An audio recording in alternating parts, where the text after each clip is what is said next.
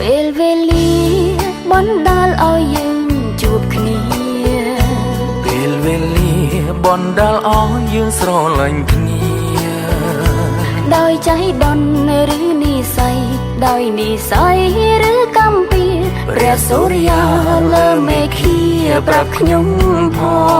ងស្រឡាញ់អូនទាំងបងមិនមានបងនងស្នេហានេះ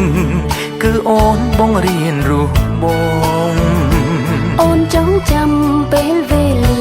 ដូចជាគ្រាស្របំប្រងអូននឹងបងបានចងក្រងព្រៃស្នេហាពិនរឿងក្រុមយ៉ាងគឺជាវាសនា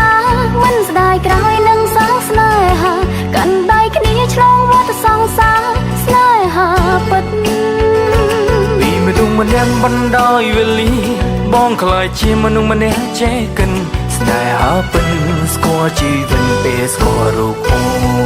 នអរគុណបងដែលព្រមស្រ